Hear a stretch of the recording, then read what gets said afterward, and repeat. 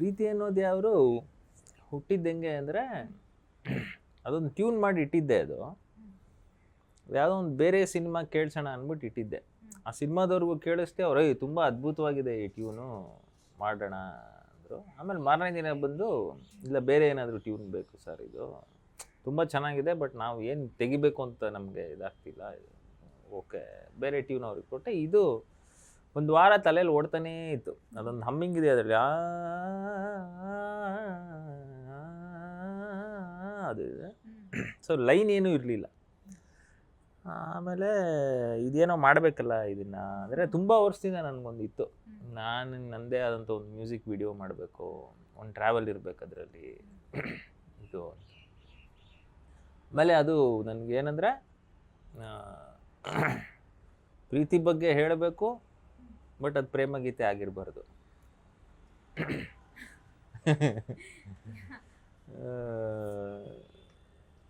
So ಒಂದು ಏನಂದರೆ ಮನುಷ್ಯ ಹುಟ್ಟಿದಾಗ ತುಂಬ ಪ್ರೀತಿ ಮಾಡ್ತಾನೆ. ಒಂದು ಮಗುನೇ ದೇವ್ರ ಥರ ನೋಡ್ತೀವಿ, ಮಗುಲಿ ಪ್ರೀತಿ ಅಷ್ಟಿರುತ್ತೆ ಅಂತ ಏನು ಮಾಡ್ತೀವಿ.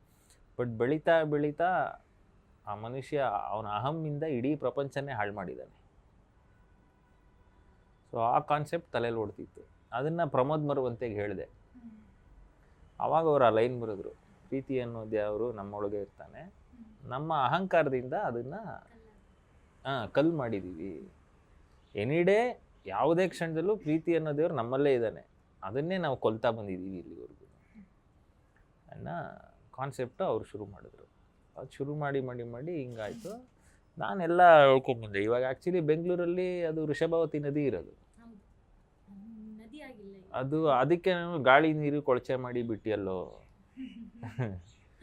ಅಂದ್ಬಿಟ್ಟು ಅದನ್ನು ರಾಜ್ ಕಾಲುವೆಲೆ ಹೋಗಿ ಅಲ್ಲಿ ಕೂತ್ಕೊಂಡು, ಅಂದರೆ ನಾವು ಅಷ್ಟು ಹಾಳು ಮಾಡಿ ಅದನ್ನು ಅಲ್ಲೇ ಏನೋ ನಾವು ಅದೊಂದು ಅಚೀವ್ಮೆಂಟ್ ಥರ ಅದನ್ನು ಹೇಳ್ಕೊಳ್ತೀವಿ. ಆಮೇಲೆ ಭೂಮಿಗೆ ಭಾರ ಆಗಿ ನಿಂತಿಯಲ್ಲೋ, ಎಷ್ಟು ಬಿಲ್ಡಿಂಗ್ಗಳು ಕಟ್ಬಿಟ್ಟಿದ್ದೀವಿ, ನಾವೇ ಭಾರ ಮಾಡಿರೋದು ಭೂಮಿನ. ಆ ಕಾನ್ಸೆಪ್ಟಲ್ಲಿ ಅಂದರೆ ಅದನ್ನೇನು ನಾವೇನು ಬುದ್ಧಿವಾದ ಥರ ಹೇಳಿಲ್ಲ, ನೀನು ಮಾಡಿರೋದೇ ಇದು ಒಪ್ಕೋ ಅಂತಷ್ಟೇ. ಮನುಷ್ಯಂಗೆ ನೀನು ಮಾಡಿರೋದೇ ಇದು, ಮಾಡ್ತಾ ಇರೋದೇ ಅದು, ಇನ್ನು ಮುಂದೆ ಮಾಡೋದು ಇದೆ. ನಾವು ಇದೇನು ಈ ಹಾಡಿಂದ ಏನು ಯಾರು ಬದಲಾಗೋದು ಇದೇನು, ನಾನೇ ಬದಲಾಗಲ್ಲ, ನಾನೇ ಅಪಾರ್ಟ್ಮೆಂಟಲ್ಲಿ ಫಸ್ಟ್ ಫ್ಲೋರಲ್ಲಿ ಇದ್ದೀನಿ ಅಲ್ವಾ, ಏನೂ ಮಾಡೋಕ್ಕಾಗಲ್ಲ. ಸೊ ನಮ್ಮ ಜೀವನ ಹಿಂಗೆ ಮಾಡ್ಕೊಂಡಿದ್ದೀವಿ ನಾವು, ಅದಕ್ಕೆಲ್ಲ ನಾವೇ ಕಾರಣ ಅನ್ನೋ ಒಂದು ಹಾಡದು.